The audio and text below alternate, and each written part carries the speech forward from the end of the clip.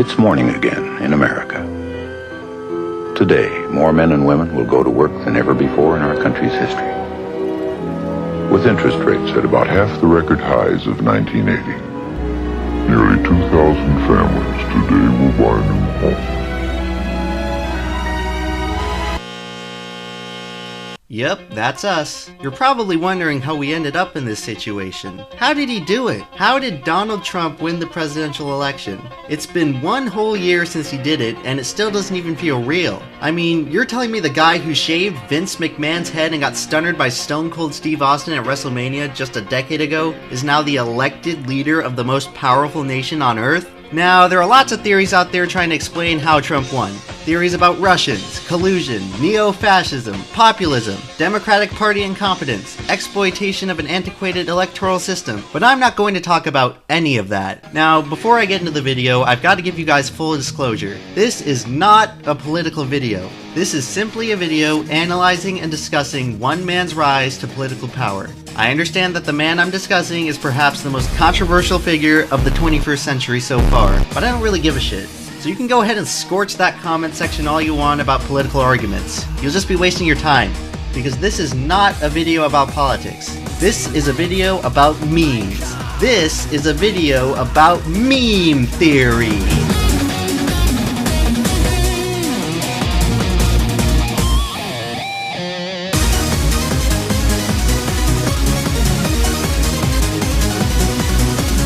So at this point, a lot of you are probably expecting a video discussing how meme magic, the cult of Kek, 4chan, and the formation of the alt-right caused Trump to become president. But that's not what this video is about either. I really hate to say it, but Pepe didn't cause Trump to win the election.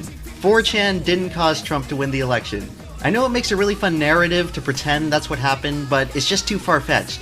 The reality is that 4chan is not single-handedly powerful enough to swing an election. Poll is the driving force behind 4chan's political aura. The board averaged a population of around 130,000 users in the months preceding the election. Now, assuming all of those users are of voting age, and all of those users voted for Trump, which are two pretty lofty assumptions, that's 130,000 votes on Trump's side. So, how do you account for the other 62.5 million? I mean, obviously, it's absurd to think that spamming pictures of frogs can impact a presidential election. Memes are just silly pictures on the internet after all, and there's no way that something as insignificant as memes can have that much influence. Or can they? Hey, Vsauce, Michael here. Hey, Vsauce, Michael here. Hey, that's pretty good. You see, when most people think about memes, they think of only just that. Silly pictures on the internet. That's not exactly true. The definition of meme extends much further than what most people think. The word meme was first coined by Richard Dawkins, as a combination of the English word gene and the Greek word mimia. Essentially, a meme is just an element of human culture that gets reproduced by people sharing it. It's a misconception that memes have to come from the internet, or that they have to be image templates. Memes can be anything, and they can come from anywhere. Memes can be words, spoken or printed. They can be events, people, faces, characters, both fictional and real. So if memes can be basically anything, what's stopping just anything, say a piece of lettuce with a pencil stuck through it, from becoming a meme? Well, that's where you come in. People decide, and they do it subconsciously. The most important determining factors in separating memes from ordinary things are exposure and repetition. Hey, Vsauce, Michael here. Hey, Vsauce, Michael here. Hey, Vsauce, Michael here. Anything has the potential to become a meme. This is evident in the extreme variety of memes today. The big meme of the week is seemingly random. However, one of the easiest ways to understand why memes become popular is to quantify their prior exposure and repetition through mass media. There's a psychological phenomenon known as the mere exposure effect, where people develop preferences for familiar things. Basically, if you repeat something enough, people will like it. This single principle is what allows brands, icons, and memes to become so widespread. Memes are simply conceptual viruses. Most memes just lay dormant in the back of people's minds before becoming popular. Maybe it's a cheesy earworm from a popular song. Maybe it's a zany one-liner from a sitcom. Maybe it's a dumb character from a childhood cartoon. Like a virus, a meme spreads further if many people become exposed to it early on. Soon after a random event triggers the meme to spread, suddenly everyone around you is talking about this meme. You see it show up more and more until finally you're using it yourself. You have been infected through repetition, and now you will inevitably infect others. Memes do not spread on their own. They cannot spread on their own. And just as a biological virus is powerless without a host, memes are powerless without their host, which happens to be the human brain. Once again, psychology is at work here. The reason memes exist, spread, and influence our culture is that we enjoy them on a psychological level. Memes are exceptionally appealing to us because of how our brains function. Schemas, heuristics, and chunking are all major psychological concepts dictating that human thought is heavily operated upon the representation of raw information through small, manageable pieces. We understand concepts better by packaging them into familiar bits. Our brains do this automatically in order to efficiently store information. Memes are socially generated concepts that reflect our psychological methods for information processing. Through a meme, it is possible to compress a complex issue, narrative, or emotion into a single image or phrase. Simply put, a meme is the fastest way to put an idea in someone's head. So now that we've defined memes and how they work, let's go back to the main question of this video. How did Trump use them to become president? In order to answer that, we must first consider how anyone becomes president. In order to become president, one must first meet the minimum constitutional requirements in addition to becoming an expert on both international and domestic politics, law, history, and debate. It is paramount that an aspiring president first spends decades serving in public office or the military, slowly building their reputation, credibility, and experience, all while working their way up the ranks until they're either a US senator, state governor, or military general. It is only at this point when an American politician can even attempt a presidential campaign and gain any sort of traction whatsoever. From this point, they must engage in up to 18 months of arduous strategizing, traveling, fundraising, marketing, and debating in order to persuade enough people to vote for them to become the nominee of one of the two major American political parties. And at this point, you just have to hope and pray that half of the voters like you more than the other guy. And finally, after all that struggle, you can become President of the United States. Going into 2015, Trump met the bare constitutional requirements. Maybe we're gonna have to approach this from a different angle. So fuck all this dumb shit for nerds. How does anyone really become president? Well, in order to achieve the most powerful position of political power in the world, with no prior political experience, we have to approach the challenge from a top-down perspective. It's not too big, is it? If you've ever gone to school, you're probably familiar with the multiple choice test. Now normally, if you're a fucking nerd, you gotta study all the material on the test in order to answer the test questions and bubble in the correct answer choice. But technically, the first two steps aren't necessary in order to get a good grade. For a multiple choice test, passing the test only really requires you to bubble in the correct sequence of letters in order. And for this reason, it's possible to average a 25% on a multiple choice test, even if you know 0% of the information. Just choose A every time, and 1 out of 4 of your answers will be correct. For a true or false test, the odds are even more in your favor. By choosing A every time, you'll average a 50% despite knowing 0% of the information being tested. Now obviously schools have caught on to this, which is why 50% is still an F. However, in a two-party electoral system, 50% is usually enough to win you an election. So let's apply this logic to a presidential election. In order to become president, you need to follow these steps. Step 1. Become easily recognized by the public. You have a much better chance of winning if a bunch of people already know who you are. Since 1980, almost all presidential elections have been won by a candidate that was already well known by the American public. Step 2. Run as a Democrat or a Republican.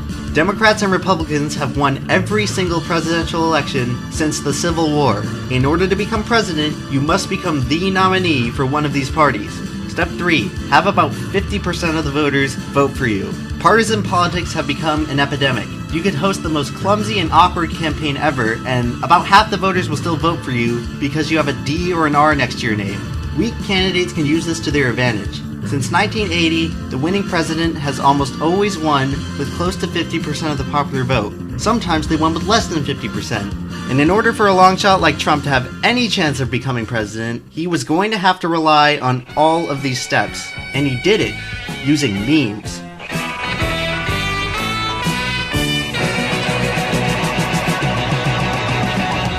Donald Trump started out as just another wealthy New York City businessman. So what made him different? Well, Trump just really liked to put his name on stuff. I mean, he really liked to put his name on stuff. Trump made it clear from early on that his strategy as a businessman was not to build luxury apartments, but to build himself into a brand. There actually isn't that much separating a brand from a meme. They're functionally identical. Both condense big concepts into a single name or image. Brands are basically just corporate memes, and it just so happens that Trump was in the perfect position to become a living meme. Trump is a verb meaning to defeat by doing better. Coincidentally, Trump's own name succinctly represented the power, prestige, and dominance associated with a wealthy New York businessman. In 1978, Trump commenced the construction of Trump Tower, a 58-story luxury skyscraper in Manhattan.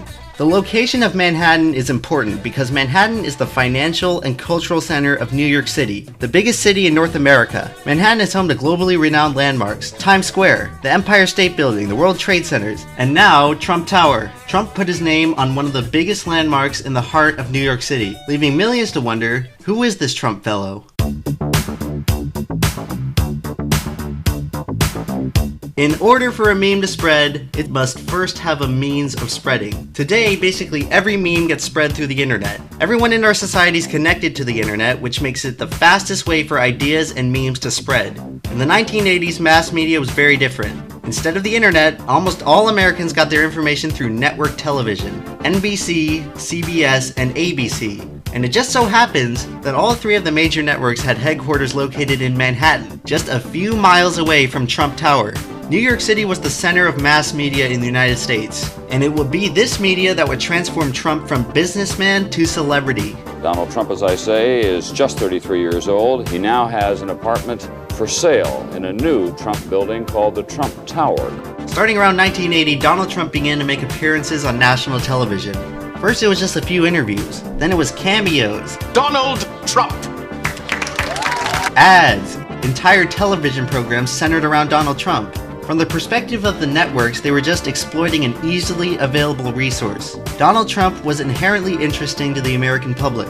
Look at this, right here on the street, it's Donald Trump! What are you, morons? While most billionaire business tycoons try to avoid the spotlight, Trump reveled in it. Americans just kept seeing this bold, confident man on their television sets over and over again. The focus wasn't on who he was, but what he represented. You didn't have to know anything about Trump to recognize that he was rich, tough, and successful, just by the way he acted on television. Trump embodied the spirit of capitalism that was rampant in the 80s, and many Americans admired and idolized him as a symbol of wealth and power. Trump stayed consistently relevant in the American public for 20 years after that. He had truly become one of the most recognized men in America. Well, you know, Donald Trump is what Americans love. Donald Trump is what Americans aspire to be. Rich, powerful, do what you want to do, say what you want to say, be how you want to be. That's kind of been like the American dream. So he looks like a boss to everybody, and Americans love to have a boss. So, you know, that's his appeal to me.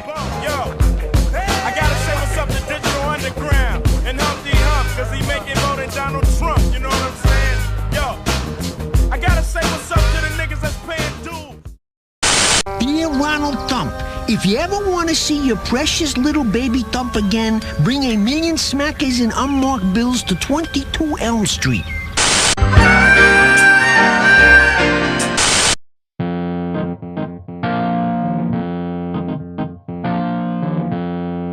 Oh, you freaking moron! You just got...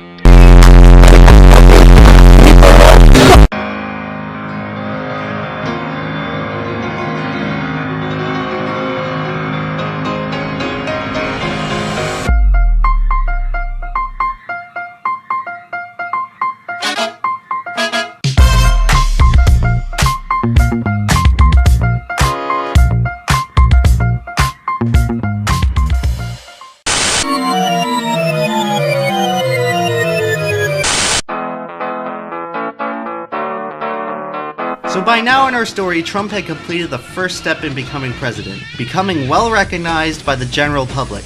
Now he was ready to actually run for president, which he had to do as either a Democrat or a Republican in order to have any chance of winning. But which party would give him the best chance of winning?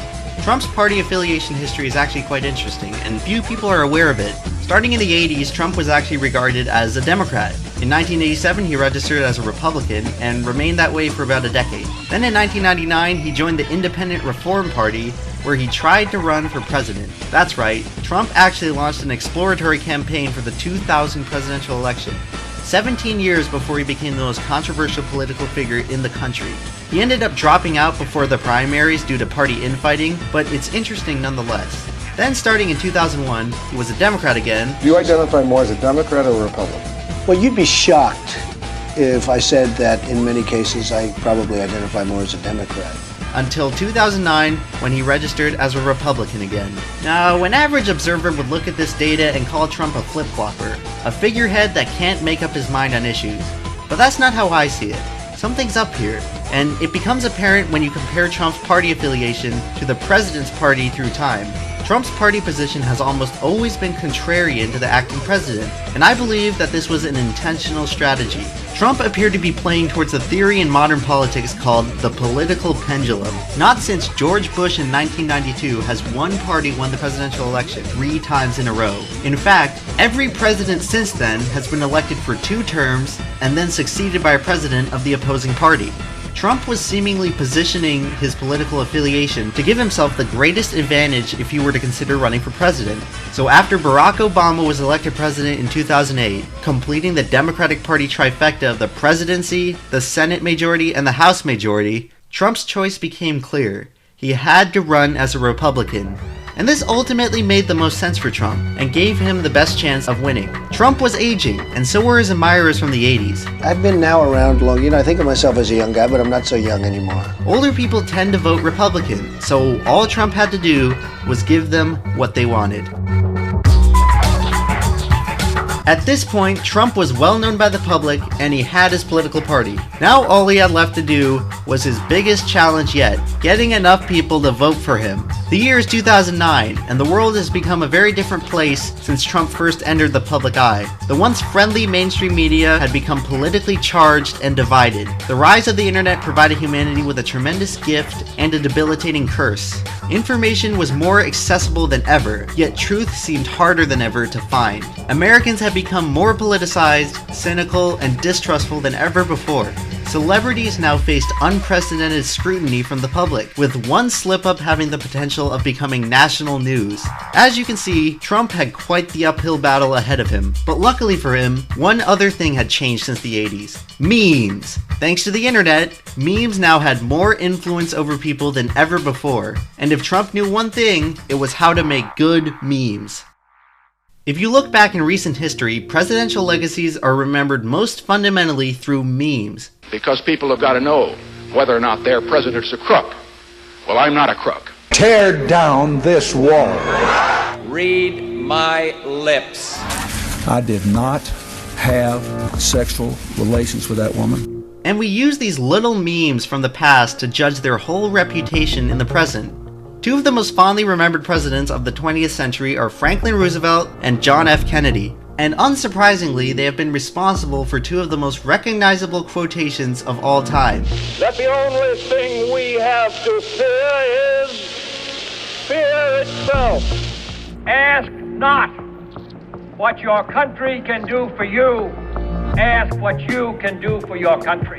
Both of these presidents were very skilled communicators, so they broke their language down into memes to make their speeches more memorable and impactful. But FDR and JFK also had something else in common. In order for a meme to spread, it must have a means of spreading. And both of these presidents utilized new methods of technology in order to spread their messages. FDR was the first president to regularly address America using the radio. And for many Americans, listening to FDR speak with his own voice in their own homes established an unprecedented new connection between the president and the public. There's a reason why FDR was the only president elected 4 times in a row. Americans really trusted him, and much of that trust was built upon not the content, but the means of his communication.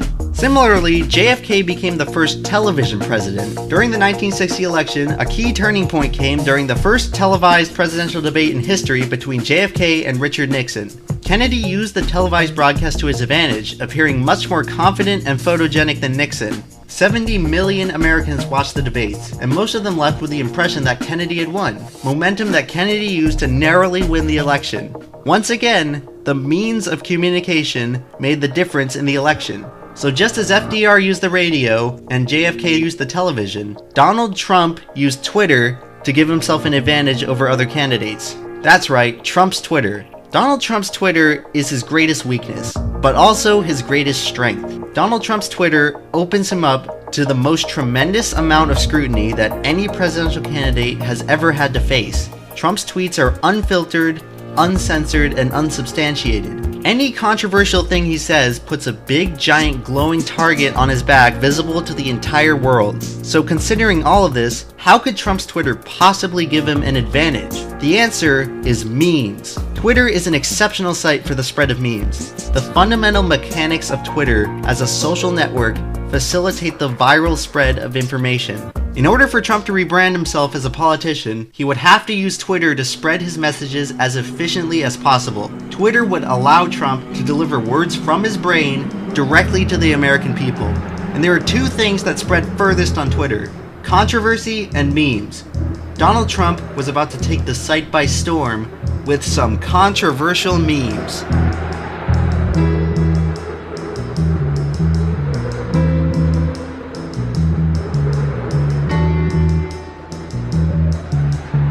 All of the pieces were in place for Trump to begin his presidential gambit. Trump had his audience, his direction, and his vehicle for a hostile takeover of American politics. Now was the time for action.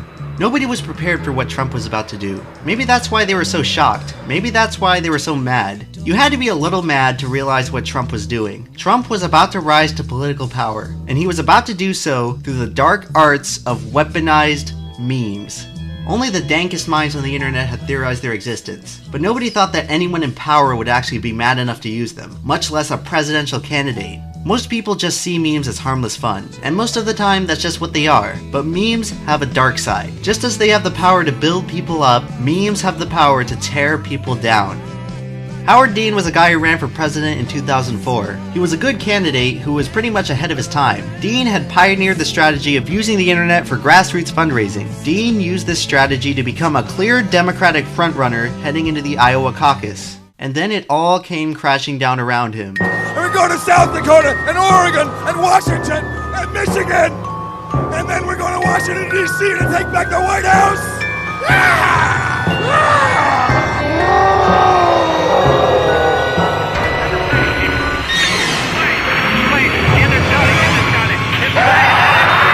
Governor Howard Dean, everybody, give it up for him.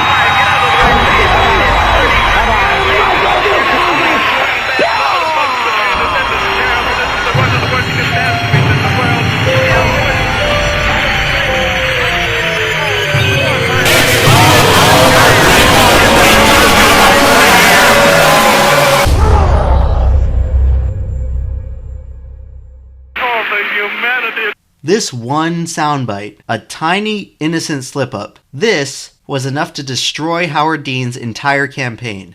All that preparation, all the years grinding and working his way up the political chain, all the strategizing, all of Dean's policies, his platform, his entire political agenda, none of it mattered. Howard Dean's campaign was completely destroyed by one little meme. Trump was well aware of the capacity for memes to destroy a candidate. He understood how the American media worked, being a subject of it for 30 years. He recognized their capacity to eviscerate the public image of any candidate, and he knew how to avoid that fate.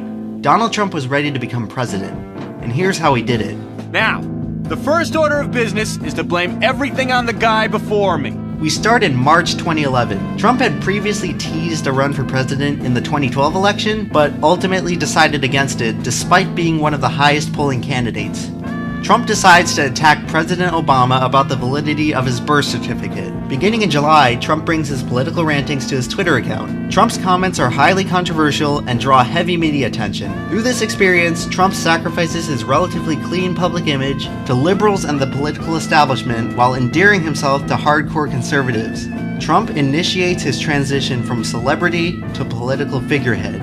Trump continues his criticism of Obama into 2012. During this year, he witnesses Mitt Romney run a squeaky clean campaign in which he keeps controversy to a bare minimum. Romney runs one of the most bland and cautious campaigns in recent history, up until his infamous 47% comment.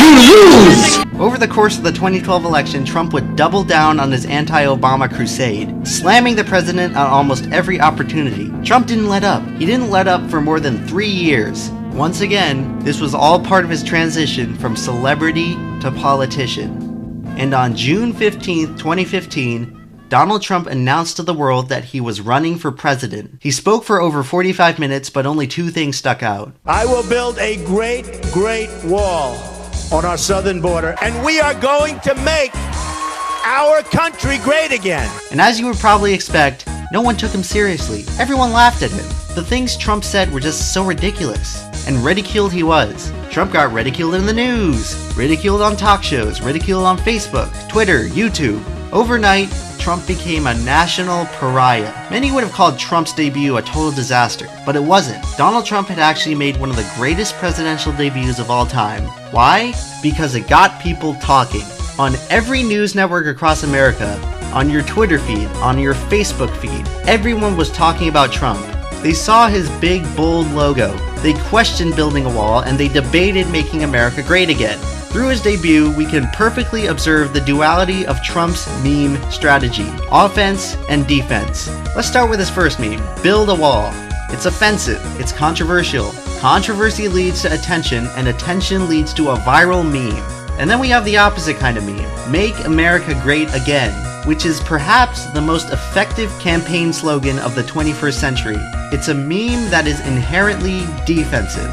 It relies on supporters rallying around it and spouting the same message to more and more people. These 2 memes were the building blocks of Trump's campaign. They gave him attention, they gave him support, but most importantly, they gave him a clear direction.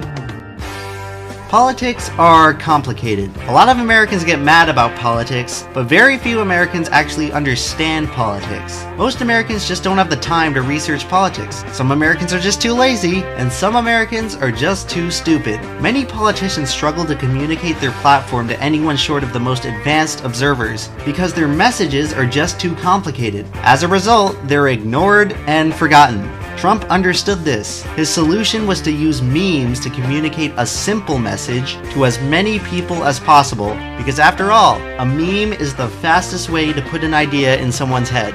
Donald Trump began his celebrity status as a media darling. He was about to become their worst enemy. For the next 18 months, Donald Trump would throttle the media with an endless stream of controversial bits, quips, and memes. Because they asked me what I'd do, and I said, I'm going to bomb the shit out of them. Look at my African American over here. And I watch our police and our firemen down on 7-Eleven, down at the World Trade Center. Autism has become an epidemic. Every news channel in America essentially became Trump TV. The media wanted desperately to tear him down, just as they had done with Mitt Romney and Howard Dean. But Trump was different. Both Romney and Dean had a single controversial moment that drew all of the media's focus. Trump gave the media a new controversial moment every week. The media couldn't fixate itself on a single problem, and the problems just sort of faded into the background. The only common denominator was Donald Trump's name, and Donald Trump would milk the media for $5 billion worth of free publicity. Furthermore, by baiting the media to focus on petty, self-made controversy, Trump overshadowed his most glaring weakness, his total lack of political expertise. NBC, CNN, and even Fox News were all trying to destroy him. But little did they know they were actually playing right into Trump's advantage, and spreading his memes further than campaign advertising ever could. There was no turning back. Trump was sacrificing his entire public image, his whole legacy, for a shot at becoming president. Trump was all in, and the media called his bluff. Game on. My new game is Trump, the game. Go big or go home. In order to become president, Trump had to first become the Republican Party nominee. He entered a field with 16 other Republican candidates, the largest field of any party in American history. You'd think that this would provide Trump with a huge struggle, but once again, it actually played into his advantage. Thanks to the extremely disproportionate amount of media coverage on Trump in both news broadcasts and televised debates, Americans viewed the whole Republican primary process as Trump versus the field. Even though the other candidates were real politicians with real political experience, they simply couldn't get their brands out there to the people because Trump soaked up everyone's attention. Since there were so many Republican candidates starving to share airtime with Trump, no one could get adequate coverage.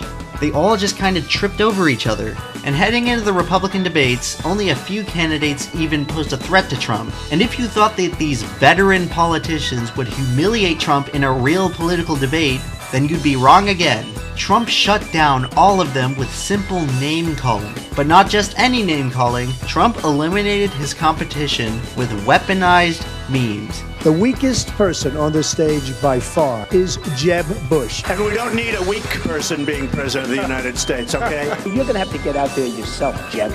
Weak.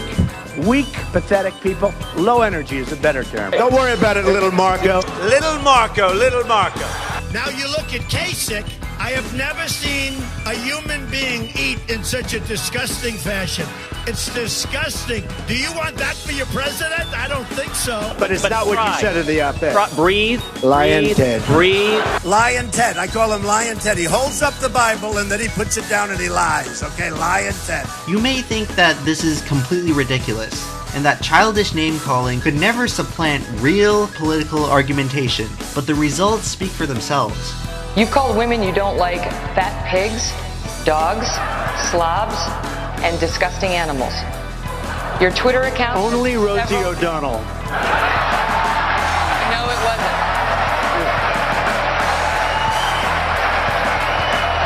The Iowa caucuses took place on February 1st, 2016. Even at this early point in the race, 5 candidates already dropped out because they couldn't gain any sort of traction over the oversaturated field. And in the Iowa caucuses, Donald Trump earned more votes than all but one candidate.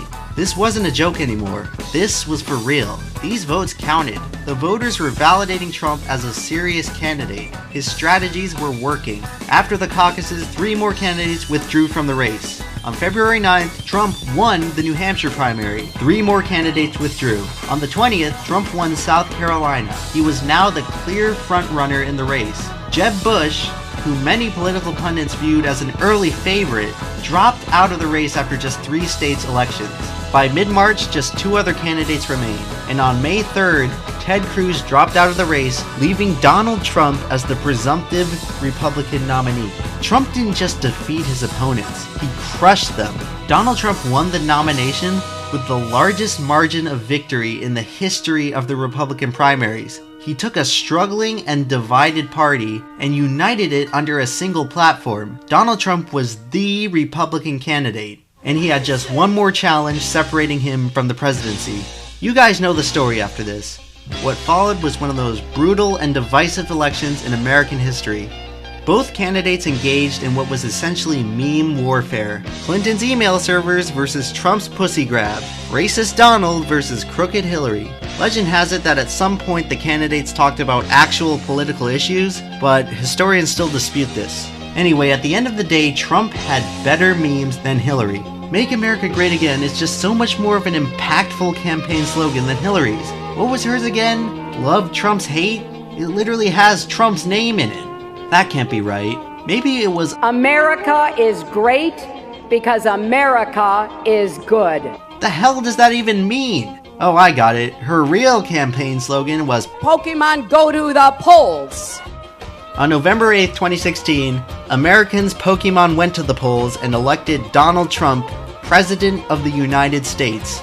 And you can complain all you want about it. You can call the system rigged. You can say he cheated. You can riot in the streets. You can call everyone who voted for Trump a racist, sexist, homophobic, transphobic moron. You can do whatever you want, but it won't change the fact that Donald Trump, a man with no formal political experience, used memes to get elected to the most powerful political office in the world. And sure, he might have trashed the rest of America to do it, but you know what they say, the end justifies the means. This sounds like political presidential talk to me, and I know people have talked to you about whether or not you want to run. You've said, though, that if you did run for president, you believe you'd win. Well, I don't know. I think I'd win. I tell you what, I wouldn't go in to lose. But hey, that's just a theory. A meme theory. Thanks for unsubscribing.